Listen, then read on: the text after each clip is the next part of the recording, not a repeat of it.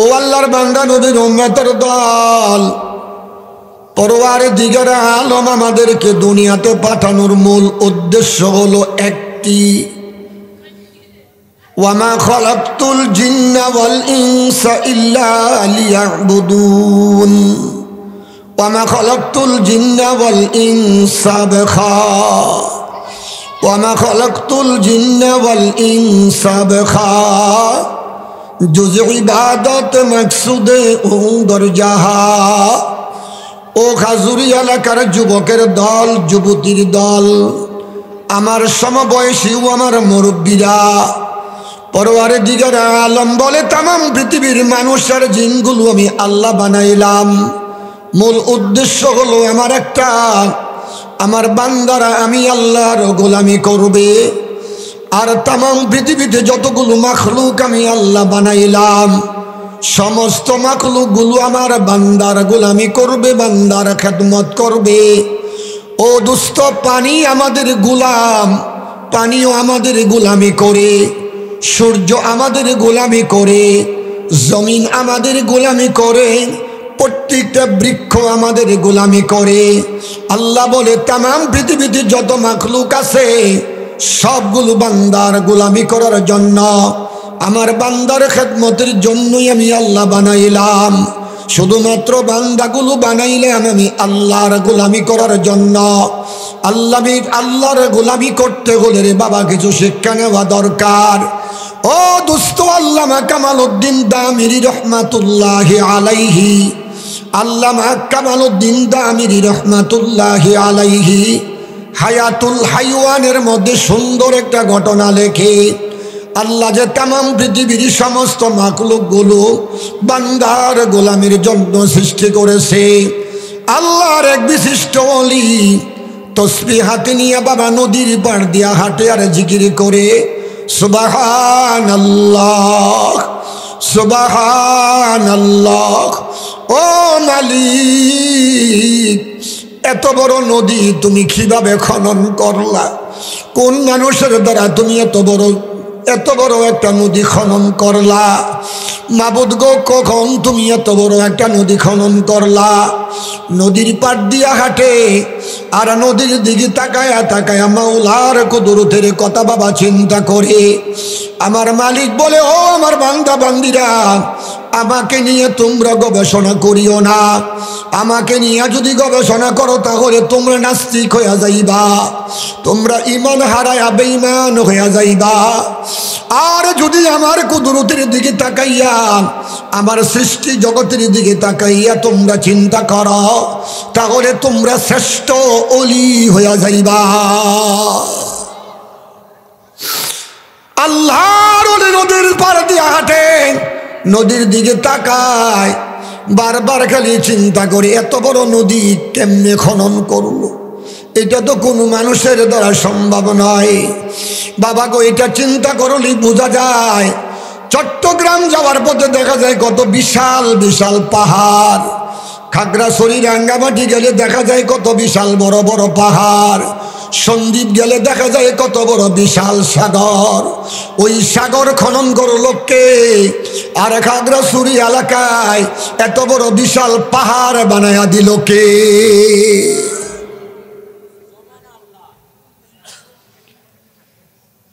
আল্লামা কামালউদ্দিন দামিরি রহমাতুল্লাহি আলাইহি হায়াতুল হাইওয়ানের মধ্যে লেখে, আল্লাহর ওলি নদীর পাড় দিয়া চিন্তা করে আর হাঁটে।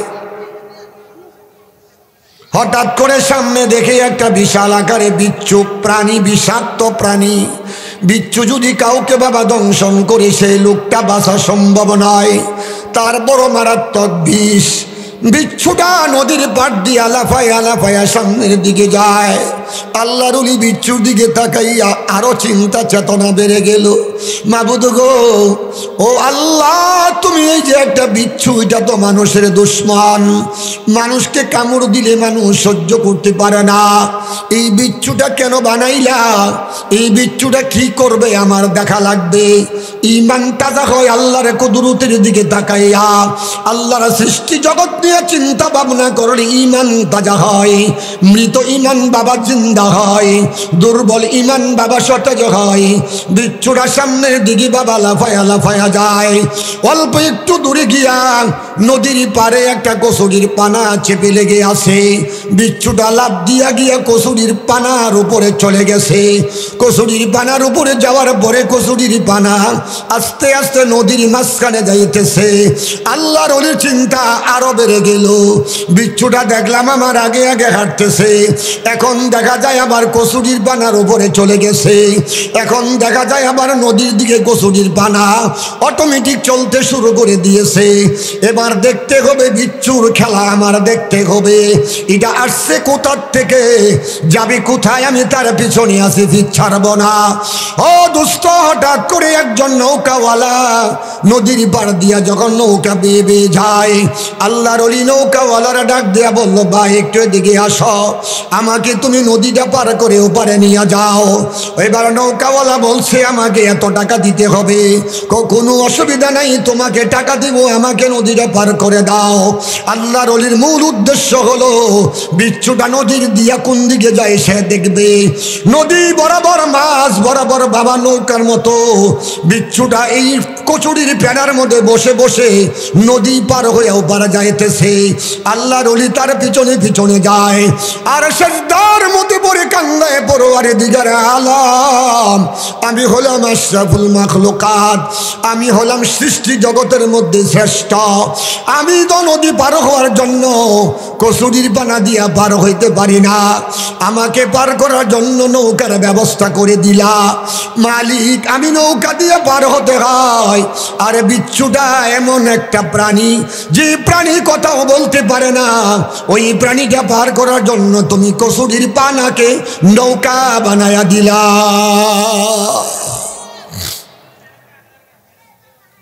বিচ্ছুর নদী পার হওয়ার জন্য কচুরির পানা নৌকা, আর আমি সৃষ্টি জগতের শ্রেষ্ঠ মানব জাত, আমাকে পার করার জন্য নৌকা।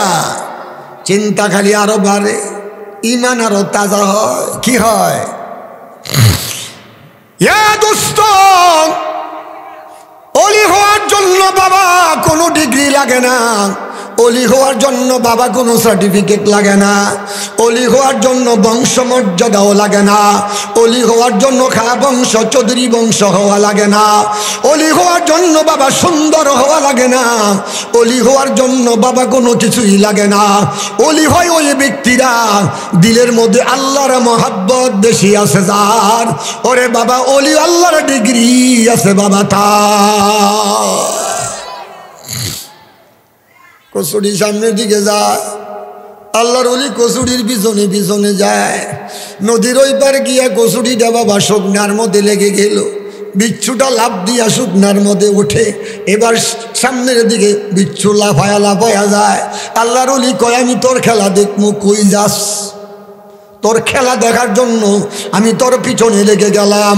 হ্যাঁ দোস্ত, সামান্য একটু উপরে উঠার পরে দেখে আল্লাহর আরেক বান্দা, মাথার মধ্যে পাগড়ি দেখা যায়, তোতার মধ্যে লম্বা দাড়ি দেখা যায়, গায়ের মধ্যে বাবা জুব্বা দেখা যায়। ওরে দোস্ত, তিনি ছিল একজন রাখাল, তিনি ছিল একজন বেঈমান ইহুদির বাবা রাখাল। ইহুদি তাকে টাকার বিনিময়ে ক্রয় করিয়া, তৎকালীন মানুষ বেচা কিনা হতো, টাকার বিনিময়ে বাবা মানুষ কিনলে তারে গোলাম বলা হয়, যে লোকে কিনেছে তারে মনিব বলা হয়। ওই লোক ছিল একজন ইহুদির গোলাম। তিনি মাঠের মধ্যে উটার বেড়াগুলো ছেড়ে দিয়া ক্লান্তি শরীর নিয়ে গাছের নিচে একটু খুব আরাম করতেছে। বিচ্ছুটা ওই লোকের দিকে যখন যায়, আল্লাহর ওলি কয়, আর তোমার সুযোগ দেওয়া যাবে না,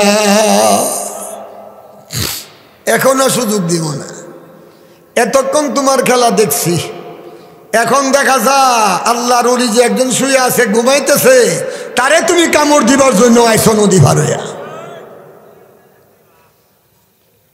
এই চিন্তা করে হাতে একটা পাথর নিয়া বিচ্ছুর গায়ে আঘাত করবে। ইতিমধ্যেই সামনে তাকায়া দেখে বিষাক্ত একটা সাপ আল্লাহর ওলির মাথার উপরে এভাবে ফানা ধরে আছে। আল্লাহ! ওলির চিন্তা তো বড়, মাথা গরম হয়ে এখন কি করি। বিচ্ছু মারতে গেলে সাপে তারে কামড় দিয়া শেষ করবে, সাপ মারতে গেলে বিচ্ছুই কামড় দিবে। এখন আমি কারে মারবো, কারে ছাড়বো, এই চিন্তা করে আল্লাহর ওলি হাতে পাথরটা নিয়া চিন্তা করতে করতেই রে আল্লাহর বান্দা বিচ্ছুটা গিয়া লাফ দিয়া সাপের গাড়ের মধ্যে বসে গেছে। হায়াতুল হাইওয়ানের মধ্যে আল্লামা কামালউদ্দিন দামিরি রহমাতুল্লাহি আলাইহি যুগ শ্রেষ্ঠ একজন বুজুর্গ, যুগ শ্রেষ্ঠ একজন মুফাসসির ছিলেন। তিনি কিতাবের মধ্যে লেখে বিচ্ছুটা গিয়া লাফ দিয়া ওই সাপের গাড়ের মধ্যে বসে গেছে। সাপের গাড়ের মধ্যে বসিয়ে একটা কামড় বাবা বসায়া দিছে। হায়াতুল হাইওয়ানের মধ্যে লেখে বিচ্ছুর বিষ যদি সাপের গায়ে যায় সাথে সাথে সাপটা প্যারালাইসিসের রোগী হইয়া যায়। বিচ্ছুটা সাপের গাড়ের মধ্যে বসে একটা কামড় দিয়া সাপটা সোজা হইয়া লম্বা হইয়া পড়ে গেছে, নড়াচড়া করতে পারে না। বিচ্ছুটা লাফ দিয়া নামিয়া অন্যদিকে চলিয়া যাচ্ছে। আল্লাহর ওলি এবার আল্লাহ, আমি বুঝতে পারলাম নদীর ওই পার থেকে তুমি বিচ্ছুটারে নদী পার করে আনলা তোমার এই বান্দার খেদমত নেওয়ার জন্য। এই বান্দাকে সাপে কামড় দিয়া বান্দাকে কষ্ট দিবে, আর বিচ্ছু দিয়া তুমি বান্দার খেদমত নিবে। এই জন্য তুমি নদীর ওই পার থেকে বিচ্ছুটাকে বেবার করিয়া ওই বিচ্ছু দিয়া তোমার বান্দার গোলামি করাইলা।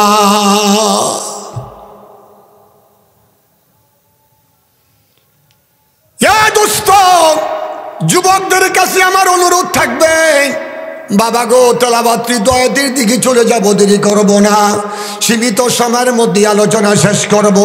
ওই লোকটা ছিল একজন ইহুদির ঘরের গোলাম। কার ঘরে? ইহুদি জালেমের ঘরের গোলাম। জালেম দোস্ত, বাংলার জমিন অসংখ্য অগণিত জালেম বাবা ছিল রে বাবা। বিগত 16 বছর 7 মাস 4.5 দিন পর্যন্ত বহুত উলামায়ে কেরাম নির্যাতনের শিকার হয়েছে। বহুত বহুত শেষ করতে পারবো না। আমি নিজ ওই জালেমদের হাতে নির্যাতনের শিকার হয়েছিলাম।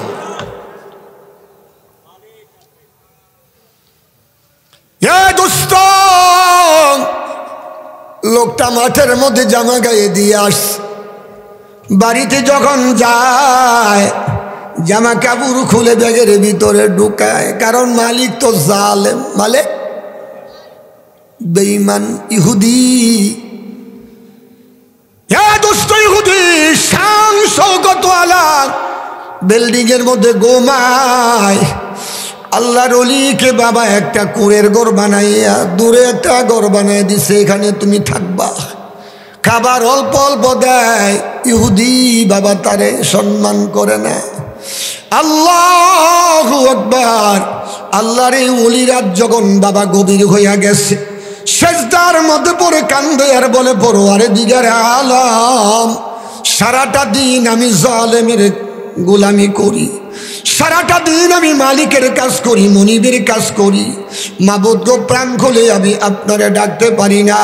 রাত যখন গভীর হয়, আমার জালেম মনিব যখন ঘুমের ঘরে যায়, আমি নিরিবিলি আমি আপনাকে ডাকি, একটিবারের জন্য জানতে চাই আমি গোলাম আপনার আশেক হইতে পারলাম কিনা, আমি গোলাম আপনার আশেক হইতে পারলাম কিনা, আমাকে আশেক বলে আপনি কবুল করছেন কিনা, একটিবারের জন্য আমি জানতে চাই।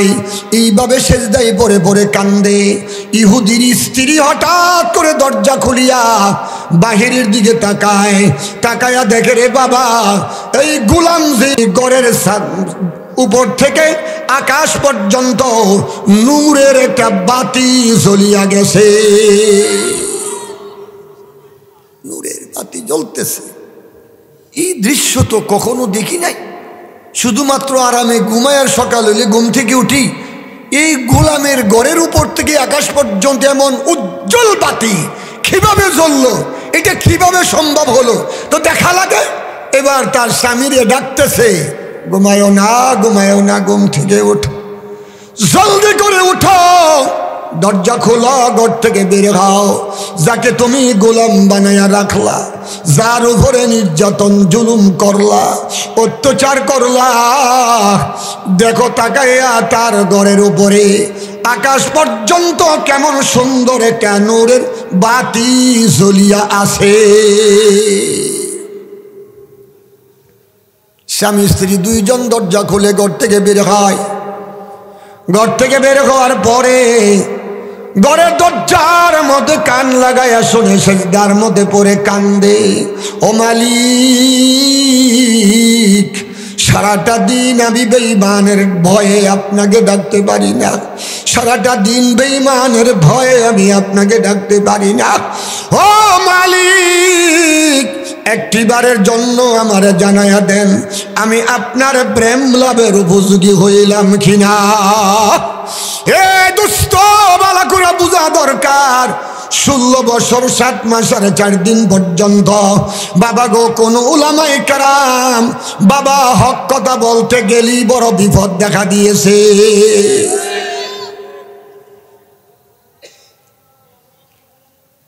এমন ভাবে ঘরের ভিতর থেকে আওয়াজ বের হয়, স্ত্রী কই আপনি ডাক দেন, স্বামী কয় আমি পারবো না, তুমি ডাক দাও। আমরা কি ভুল করলাম? কাকে আমরা গোলাম বানায় রাখলাম? কার দ্বারা আমরা বকরি চড়াইতেছি, ভেড়া চড়াইতেছি, উট চড়াইতেছি?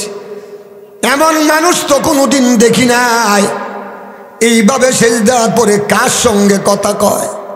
কে তার মালিক? চিৎকার করে করে বলছে, মালিক, আমি একটিবারের জন্য জানতে চাই আমি আপনার প্রেম লাভের উপযোগী হইলাম কিনা।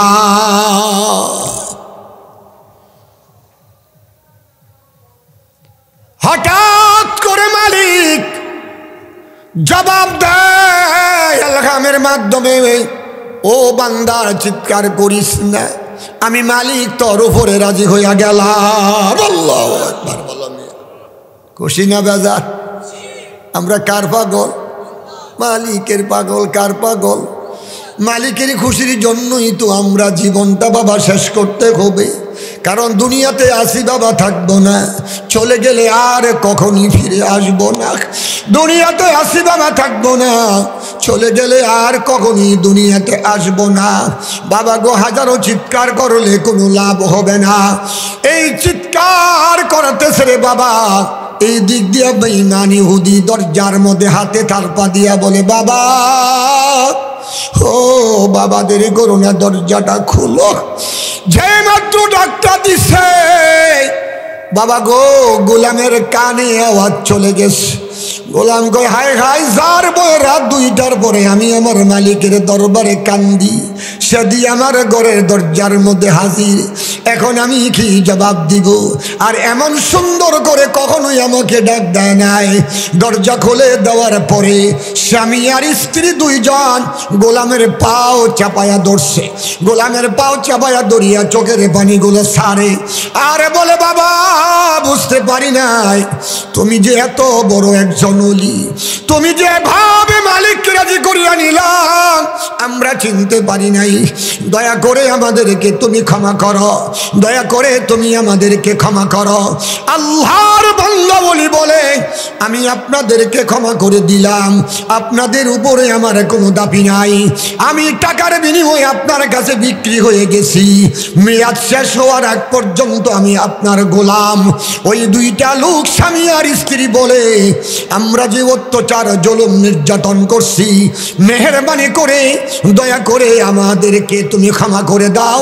বাবারা চিন্তা করিও না, চিন্তা করিও না, আহলে হক উলামায়ে কেরামের সঙ্গে যারাই বেয়াদবি বাবা দেশে করে, তারা একদিন না একদিন উলামায়ে কেরামের পায়ে পড়ে ক্ষমা নিতে হবে।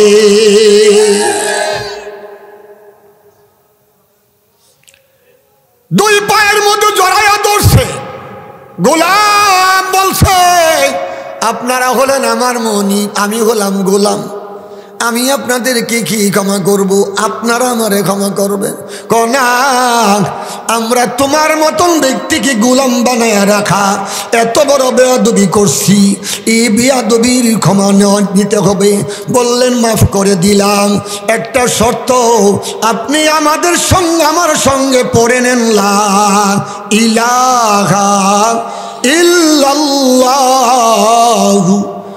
মুহাম্মাদুর রাসূলুল্লাহ সাল্লাল্লাহু আলাইহি ওয়াসাল্লাম। ক্ষমা করে দিলেন, কালমা পড়ে মুসলমান হয়ে গেলেন। তারা দুইজন এবার আর একটা দাবি, ও আল্লাহর বান্দা, এখন আপনার কাছে আর একটা দাবি। এতদিন আমরা তোমারে তুই টাক্কার করছি, এখন বুঝতে পারছি তোমার মতো দামি মানুষ আর কেউ হতে পারে না। যেই সমস্ত নাস্তিকের দলেরা, যেই সমস্ত জালেমের দলেরা, যেই সমস্ত বেঈমানের দলেরা, যেই সমস্ত ইহুদির দালালেরা ওলামায়ে কেরামকে বাবা তুচ্ছ তাচ্ছিল্য করেছে, ওলামায়ে কেরামকে বাবা বকাবাজি করেছে, একদিন তারা ধরা দিবে, ওই দিন তারা তওবার সুযোগও পাবে না। দোস্ত, সঙ্গে সঙ্গে আরেকটা দাবি দিয়া বলল, দাবিটা হলো এই, এতদিন পর্যন্ত আপনি ছিলেন আমাদের গোলাম, আমরা দুইজন ছিলাম আপনার মনিব, আজ থেকে আমরা দুইজন হলাম আপনার গোলাম, আপনি হবেন আমাদের মনিব। আল্লাহর ওলি বলে, না, দুনিয়াতে মনিব হওয়ার জন্য আসি নাই, আমি গোলাম, আজীবনই গোলাম থাকবো। আজ এতদিন আপনারও গোলাম ছিলাম, আমার মালিকেরও গোলাম ছিলাম, আমার খালি একটাই দাবি, আপনার রাজত্ব আমি চাই না, আপনাদেরকে গোলাম বানায় রাখতে চাই না। আমাকে যদি আজাদ করিয়া দেন, আমি যদি আমার মালিকের গোলামিটা স্বাধীনভাবে আজীবন করতে পারি, তাহলে আমি ধন্য হয়ে যাব। তাদেরকে কয় ত্যাগ শিকার। দোস্ত, ওলি হওয়ার জন্য এক নাম্বার শর্ত মাওলার ভয় দিলে আনা বাবা, দুই নাম্বার শর্ত হলো নবীর মোহাব্বত দিলে আনা। আল্লাহর ভয়, আল্লাহর মোহাব্বত দিলে বয়দা করা, আল্লাহর ভয় ও আল্লাহর মোহাব্বত দিলে বয়দা করা, আমার নবীর মোহাব্বত দিলে বয়দা করা। আর কোনো ডিগ্রি বাবা লাগবে না, ওরে বাবা কোনো প্রকার ডিগ্রির দরকার হবে না। আল্লাহর মোহাব্বত, নবীর মোহাব্বত দিলে সর্বোচ্চ আছে যার, সবচাইতে বড় উল্লাহ হয়ে যাবে সে। দোস্ত, আমি যে আয়াতগুলো তেলাওয়াত করলাম, ওয়ামান আ'রাদা আন যিকরি, ওয়ামান আ'রাদা আন যিকরি ফাইন্না লাহু মাঈশাতান দানকা ওয়া নাহশুরুহু ইয়াওমাল কিয়ামাতি আ'মা ক্বালা রাব্বি লিমা হাশারতানি আ'মা ওয়া ক্বাদ কুনতু বাসীরা ক্বালা কাযালিকা আতাতকা আয়াতুনা ফানাসিতাহা ওয়া কাযালিকাল ইয়াওমা তুনসা। আল্লাহু আকবার বলে। আমি আপনাদেরকে প্রশ্ন করি, এই পৃথিবী আমাদের স্থায়ী না অস্থায়ী? স্থায়ী না অস্থায়ী? অস্থায়ী। আমরা এই দুনিয়া আমাদের জন্য স্বদেশ না বিদেশ? বলেন তো দেখি, কে বলতো স্বদেশ না বিদেশ? এই পৃথিবী হলো আমাদের বিদেশ, স্বদেশ হলো জান্নাত, স্বদেশ হলো জাহান্নাম। এক দলের জন্য জাহান্নাম, আরেক দলের জন্য জান্নাত। মুমিনের জন্য জান্নাত, বেঈমান জালেমের জন্য জাহান্নাম। ঠিক না বেঠি? কিয়ামতের মাঠ যখন কায়েম হবে, কঠিন ভয়াবহ হাসরের মাঠ যখন কায়েম হবে, আল্লাহ তাআলা একদল মানুষকে ডেকে বলবে, তারা অন্ধ হয়ে হাসরের মাঠে দাঁড়াবে। কি হয়ে দাঁড়াবে? কি হয়ে দাঁড়াবে? অন্ধ হয়ে দাঁড়াবে। তারা চিৎকার করে করে বলবে, পরওয়ারদিগারে আলম, আমরা তো খাজুরিয়া পূর্বপাড়া, সারা জীবন চক্কওয়ালা ছিলাম, মৃত্যুর আগ মুহূর্তেও আমাদের দৃষ্টি শক্তি হারাই নাই, আজকে কোন কারণে অন্ধ হয়ে গেলাম? মালিক জবাব দিবে, قال كذلك أتتك آياتنا فنسيتها وكذلك اليوم تنسى।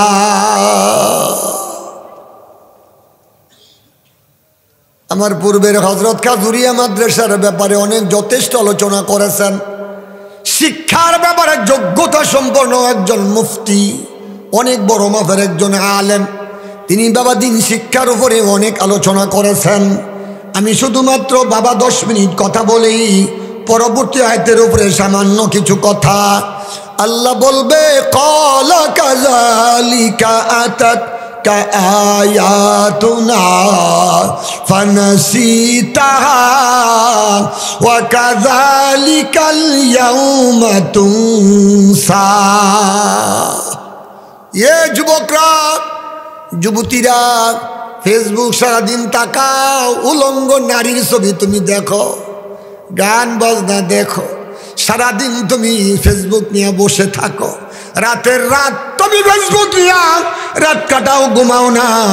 জেনে রাখো, কিয়ামতের ময়দানে যখন তুমি অন্ধ হইয়া দাঁড়াইবা, আমার মালিককে যখন তুমি প্রশ্ন করবা, মাবুদ আমি কেন বন্ধ হইলাম, আমার মালিক বলে দিবে, খাজুরিয়া মাদ্রাসা তোমাদের চোখের সামনে ছিল, আমার পবিত্র কোরআনের আয়াতগুলো তোমার চোখের সামনে ছিল, তোমরা আমার কোরআন থেকে চক্ষু ঘুরায় রেখেছিলা, আমার কোরআন থেকে তোমাদের দিলকে ঘুরায় রেখেছিলা, আমার কোরআন শিক্ষার চেষ্টা তোমরা করো নাই, আমার কোরআন তোমরা পড়ার চেষ্টা করো নাই, আমার কোরআনের কাছেও তোমরা যাও নাই, আমার কোরআন তেলাওয়াতকারীকে মোহাব্বত করো নাই, আমার কোরআন তেলাওয়াতকারীকে সাহায্য তোমরা করো নাই, কোরআন থেকে তোমরা দিল ঘুরে রাখার কারণে, কোরআন থেকে তোমাদের চক্ষুকে ঘুরে রাখার কারণে আজকে আমি আল্লাহ তোমাদেরকে অন্ধ বানায়া দাঁড়া করাইলাম।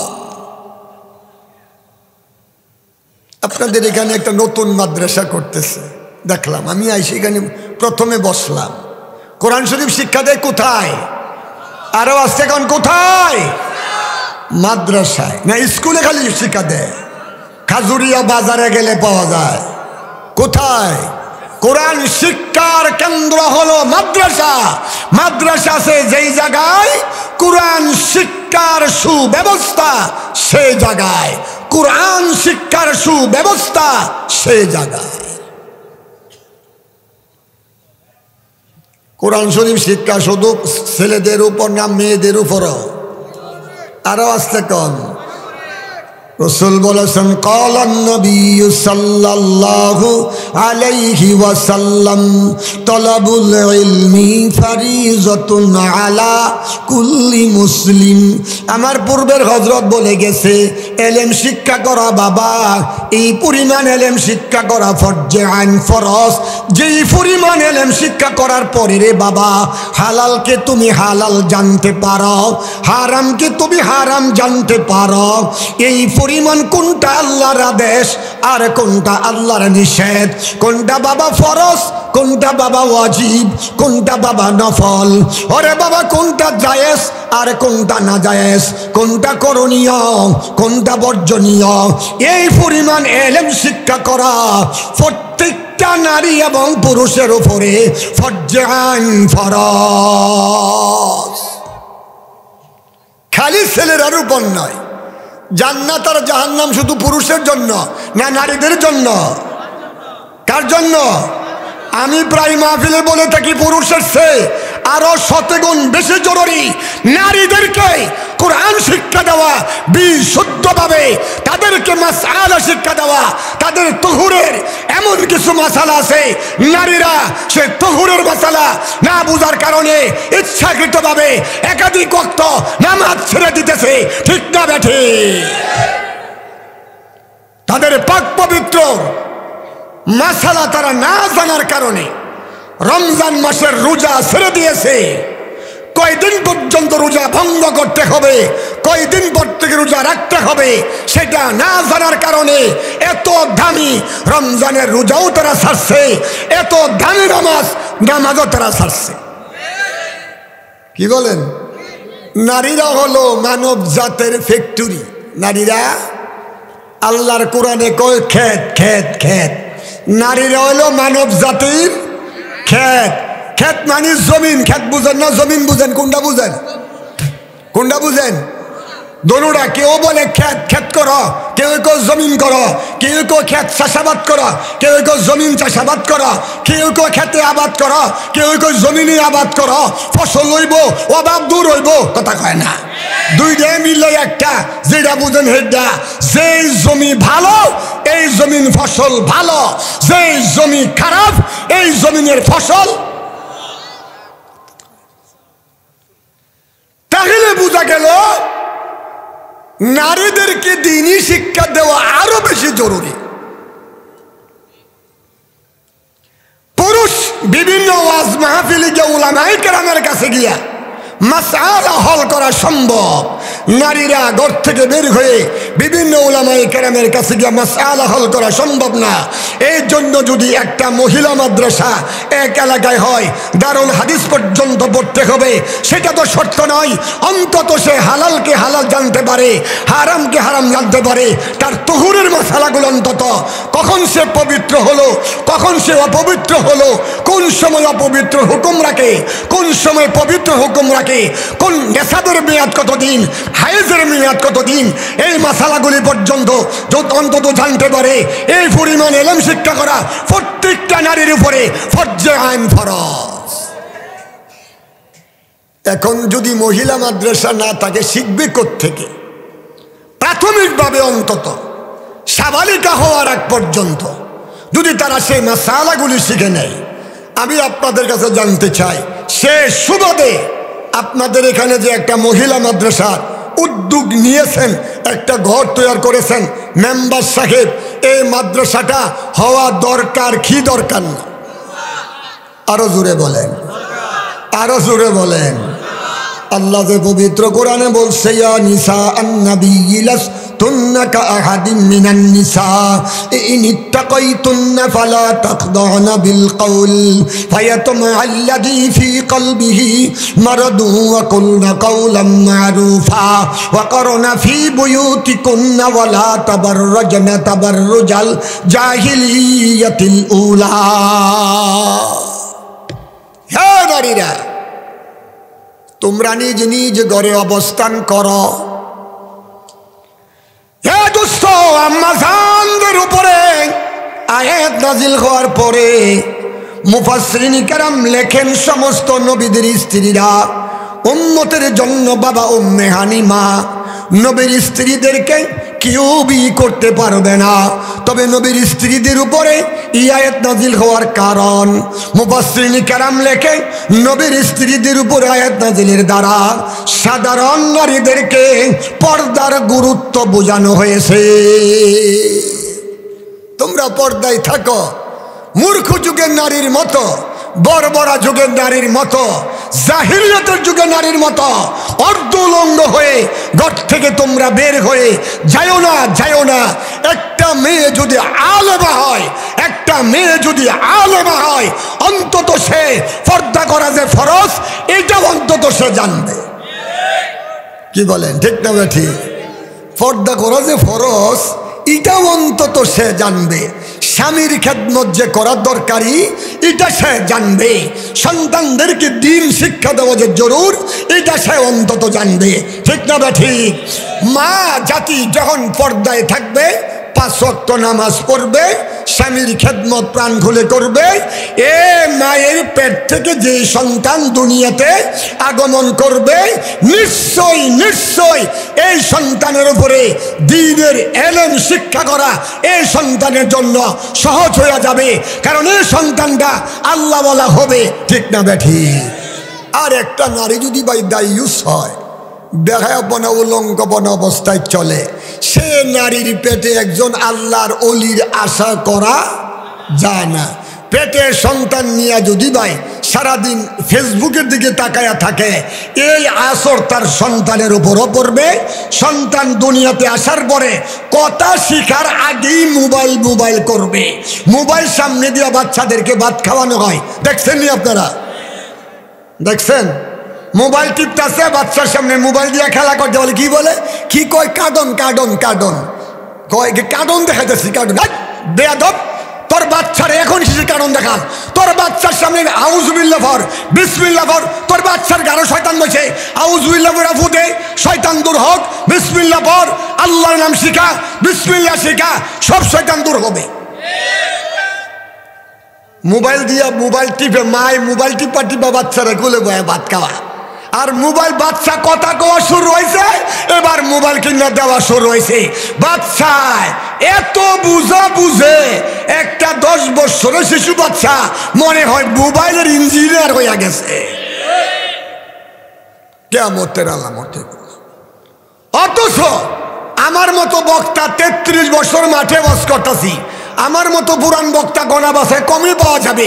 অনেকেই কবরে চলে গেছে, আজও পর্যন্ত টাচ মোবাইল কারে কই চিনি না। দেখেন, মাত্র 1200 টাকা দামের একটা সেট, টিপ দেই হেলো, আবার আবার নাম্বার টিপ দেই হেলো, উদ্দুরেই বুঝি। আফসোস, মূল কারণ দ্বীনি শিক্ষা না থাকার কারণে আজকে সমাজে এই অশান্তি। ঠিক না বেঠিক? আজকে যদি আমার স্ত্রী আলেমা হতো, আমি যদি আলেম হইতাম, আমার স্ত্রী আলেমা হতো, আমার ঘরের সন্তানরা মোবাইল নিয়ে খেলা করার সুযোগ তারা পাইত না। মা যদি সন্তান পেটে নিয়ে ফজরের নামাজের পরে ইয়াসিন ওয়াল কুরআনিল হাকীম ইন্নাকা লামিনাল মুরসালিন আলা সিরাতিম মুস্তাকিম, এইভাবে বাবা সূরা ইয়াসিন তেলাওয়াত করত। ওরে বাবা এশার নামাজের পরে বাবা সূরা মুলক সূরা ওয়াকিয়া তেলাওয়াত করত, বাবা সূরা মুলক তেলাওয়াত করত, সূরা রহমান তেলাওয়াত করত। সূরা রহমান তেলাওয়াত করিয়া, সূরা ওয়াকিয়া তেলাওয়াত করিয়া, সূরা মুলক তেলাওয়াত করিয়া মা যখন বাবা সন্তান পেটে নিয়ে ঘুমায়া যাইত, ওই সন্তানের উপরে কোরআনের আসর বাবা পড়ত। ওই মায়ের পেট থেকে যে সন্তান দুনিয়াতে আসতো, ওই সন্তান মাদ্রাসায় দেওয়ার সাথে সাথে তার মুখ দিয়া বিসমিল্লাহির রাহমানির রহিম, তার জবান দিয়া বিসমিল্লাহ চলে আসতো। রে বাবা, তার জবান দিয়া যদি বিসমিল্লাহ চলে আসতো, ও দুস্থ, তার বাবা মা যদি কবরে থাকে, কোনো কারণে আযাবে গ্রেফতার হয়, সন্তান বিসমিল্লাহির রহমানির রহিম পড়িয়া শেষ করার সাথে সাথে মা বাবার কবরের আযাব বন্ধ হয়ে যাবে। পরওয়ারে দুজোরে আলা মালিককে প্রশ্ন করবে ফেরেশতারা, মালিক গো, এতদিন পর্যন্ত তার কবরে আযাব, আজকে কেন ঘোষণা হলো তার কবরটা জান্নাতের বাগান? ও ফেরেশতারা, জানো না, আমার বান্দির পেট থেকে একটা সন্তান জন্ম হয়েছিল, দুনিয়াতে রেখে আসছে। ওই সন্তান মাদ্রাসায় গিয়া পড়ে বিসমিল্লাহির রহমানির রহিম। তার সন্তান বলে, আমি রহমান, আমি রহিম, আমি দয়ালু, আমি অতি দয়ালু। যার সন্তান আমাকে দয়ালু বলে ডাক দিল, যে যার সন্তান আমাকে রহমান ও রহিম বলে ডাক দিল, আমি তাকে কবরে আযাব দিতে পারি না। নবীজির হাদিসে প্রমাণ, ইকালু লিসাহিবিল কুরআন, ইকালু লিসাহিবিল কুরআন ইকরা ওয়ারতাকি ওয়ারাতিল কামা কুনতা তুরাতিলু ফিদ দুনিয়া ফা ইন্না মানজিলাকা ইনদা আখিরি আয়াতিন তাকরাউহা।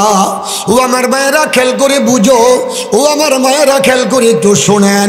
আপনার মেয়েটা যদি মাদ্রাসায় দেন, আপনার ছেলেটাকে যদি মাদ্রাসায় দেন, তারা যদি মাদ্রাসার মধ্যে গিয়া তার তিলের মাধ্যমে কোরআন তেলাওয়াত করে, সহি শুদ্ধ করে কোরআন তেলাওয়াত করে, কিয়ামতের ময়দানে আমার আল্লাহর রাসূল বলে, আল্লাহ বলবে দুনিয়ার জমিনে পূর্ব খাজুরিয়া মহিলা মাদ্রাসায় বসিয়া যেইভাবে কোরআন তেলাওয়াত করতা, খাজুরিয়া বড় মাদ্রাসায় বসিয়া যেইভাবে কোরআন তেলাওয়াত করতা, আজকে সেইভাবে কোরআন তেলাওয়াত করো, একটা আয়াত পড়ো আর এক তালার উপরে ওঠো, এইভাবে কোরআন তেলাওয়াত করবে আর আপনার সন্তানগুলি জান্নাতের বড় বড় বিল্ডিং এর এক একটা তালার উপরে উঠবে। সন্তানগুলো বলবে পরওয়ারদিগার আলম, আজকে আমরা একাই তো জান্নাতে যাব না। মান করা আল কুরআন ফাস্তাযহারাহু ফাআহাল্লা হালালাহু ওয়া হাররামা হারামাহু আদখালাহুল্লাহুল জান্নাহ ওয়া শাফাআহু ফি আশরাতিন মিন আহলি বাইতিহি কুল্লুহুম কদ ওয়াজাবাত লাহুন নার। সন্তানগুলো দাঁড়াইয়া দাঁড়াইয়া বলবে, ও মালিক, আপনার কোরআন আমরা শিখেছি, কোরআনের বিধিবিধান মানিয়া জীবন যাপন দুনিয়াতে করেছি, সুদ আমরা খাই নাই, সুদ আমরা দেই নাই, আলেম ওলামাদেরকে বকাবাজি করি নাই, জঙ্গি আর সন্ত্রাসী আমরা বলি নাই, আমরা হালালকে হালাল জানিয়া হারামকে হারাম জানিয়া জীবন চালাইলাম। আজকে আপনি ঘোষণা দিলেন আমরা জান্নাতে যাওয়ার জন্য, আমরা আজকে জান্নাতে যাব না। আমার পিতা কোথায়, মাতা কোথায়, যেই মাদ্রাসায় লেখাপড়া করলাম ওই মাদ্রাসার ম্যানেজিং কমিটি কোথায়, যারা টাকা পয়সা দিয়া দান করেছিল তারা আজকে কোথায়? আমার মালিক বড় দয়াময় রহমান, আমার মালিক ঘোষণা দিবে, নবীর ভাষায় নবী আমাদেরকে জানায়, ওয়াশফাআহু, সুপারিশ করো, রিকোয়েস্ট করো, আমার কাছে দরখাস্ত করতে দাও, ফি আশরাতিন মিন আহলি বাইতিহি, এমন 10 জন লোকের জন্য সুপারিশ করো যে 10টা লোকের জন্য জাহান্নাম অবধারিত, যে 10টা লোকের জন্য জাহান্নাম নির্ধারিত, এমন 10টা লোককে সুপারিশ করিয়া তোমরাও জান্নাতে নিয়ে যাও। মুফাসসিরিন কেরাম তাফসীরে লেখে, যদি কোনো একটা মানুষ বাবা কোরআনের উপরে পরিপূর্ণভাবে আমল করে, সে যদি বড় একজন আলেম হয়ে যায়, তার জন্য 10 জন আর 10,000 সীমাবদ্ধ নয়, যত ইচ্ছা ততই মালিকের দরবারে সুপারিশ করিয়া করিয়া জান্নাতে নিয়ে যাবে। মাদ্রাসার দরকার আছে কি নাই? আরো আসতে বলেন, আছে কি নাই? যদি দরকার থাকে বাবা গো, মাদ্রাসা শুধু টাকা দিয়া হবে না, মাদ্রাসার মধ্যে বাবা ছেলে বিয়ে দিতে হবে। ওরে বাবা, নুরানি বিভাগ পর্যন্ত ছেলে মেয়ে একসাথে তো পড়বে বাবা, আপনারা মাদ্রাসার মধ্যে আপনাদের মেয়েদেরকেও দিতে হবে। প্রত্যেকটা ঘর থেকে আপনারা যার যার ছেলে মেয়েগুলো আছে দ্রুত গতিতে টাকা পয়সা দিয়ে মাদ্রাসার কাজকে কমপ্লিট করে, মাদ্রাসার কাজ কমপ্লিট করিয়া দলে দলে আপনারা মাদ্রাসায় ভর্তি করতে থাকেন। একটা প্রতিজ্ঞাবদ্ধ হন, খাজুরিয়া মাদ্রাসার মধ্যে আমার ছেলে বড় আলেম, খাজুরিয়া মাদ্রাসায় পড়ে আমার ভাই বড় আলেম, আমার বাতিজা বড় আলেম, এই মাদ্রাসায় পড়ায়া আমার একটা মেয়েকে বানামো আলেমা, আমার নাতিনকে বানামো আলেমা, আমার বাগনিকে বানামো আলেমা।